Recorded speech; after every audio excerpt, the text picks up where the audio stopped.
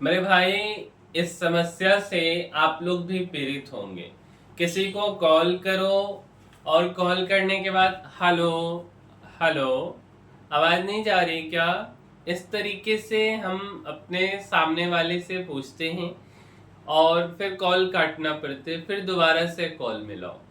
और इसी के बारे में हम इस वीडियो में बात करने वाले हैं। तो आइए थोड़ा सा समझते हैं। शाम 6 बजे के बाद और सुबह 10 से 12 बजे के बीच कॉल ड्रॉप, वॉइस क्लियर नहीं होने की समस्या, यूजर्स बढ़ रहे, बीटीएस नहीं, नतीजा नेटवर्क समस्या।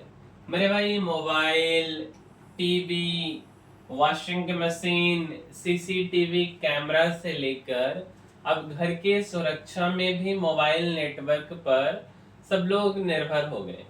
लेकिन मोबाइल नेटवर्क तो बढ़ा, लेकिन जो बीटीएस की संख्या है उसकी बढ़ोतरी नहीं हो रही है। एक टावर पर चार चार कंपनियों के बीटीएस लगे हैं। एक का एंटीना ठीक होता है तो दूसरे का खराब हो जाता है। इसका खामियाजा मोबाइल उपभोक्ताओं को उठाना पड़ रहा है।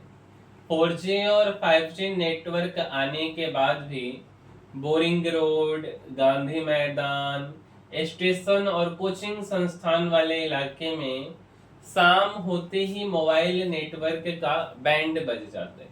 मोबाइल नेटवर्क के विशेषज्ञ और बीएसएनएल के अधिकारी मयंक कुमार बताते हैं, एक नेटवर्क से ही मोबाइल के साथ टीवी, सीसीटीवी कैमरा और पंखा भी काम कर रहे।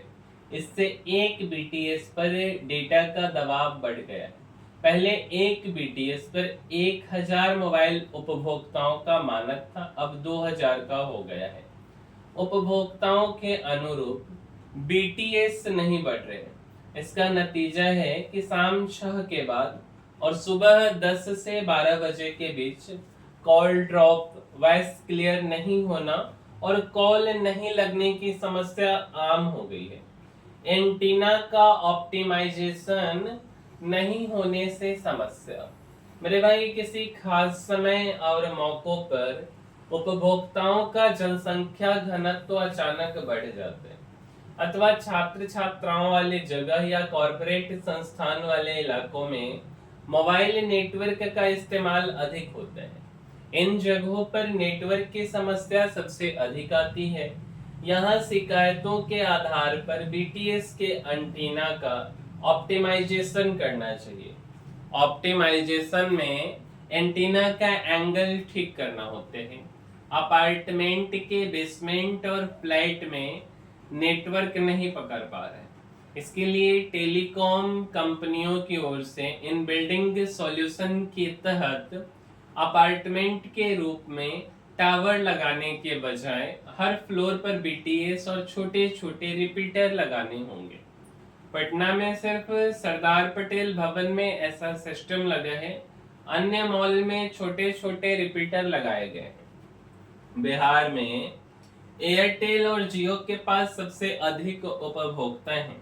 दोनों के पास 5G नेटवर्क है। यहाँ 3300 मेगा हर्ज वाले स्पेक्ट्रम लगे, इससे डेटा की स्पीड अधिक हो गई है। लेकिन बिल्डिंग और बेसमेंट में बने रूम में नेटवर्क नहीं पकड़ पाते हैं, क्योंकि स्पीड तेज होती है और जिस रफ्तार से हवा में नेटवर्क आता है और उड़ जाता है। यहाँ 700 मेगाहर्ट्ज का स्पेक्ट्रम होना चाहिए था। और यह कहना है मेरे भाई जीजी राय, जो कि दूर संचार विभाग मोबाइल नेटवर्क के उप महाप्रबंधक हैं। और यह तो समस्या हो गई पटना जैसे जिलों की, है ना, राजधानी की बिहार के। बट गांव की क्या समस्या है भाई?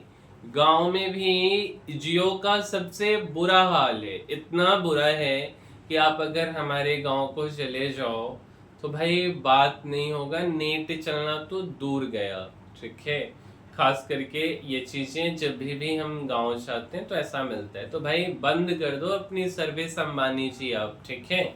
और नहीं तो सुविधा को सुधारिए, क्योंकि जब हमारा रिचार्ज खत्म हो जाता है आपके टेलीकॉलर सर कब रिचार्ज करवाइएगा। ऐसे लगता है जैसे कि अगर हम रिचार्ज नहीं करवा रहे हो तो अंबानी जी के अकाउंट का कुछ शून्य घट जाएंगे।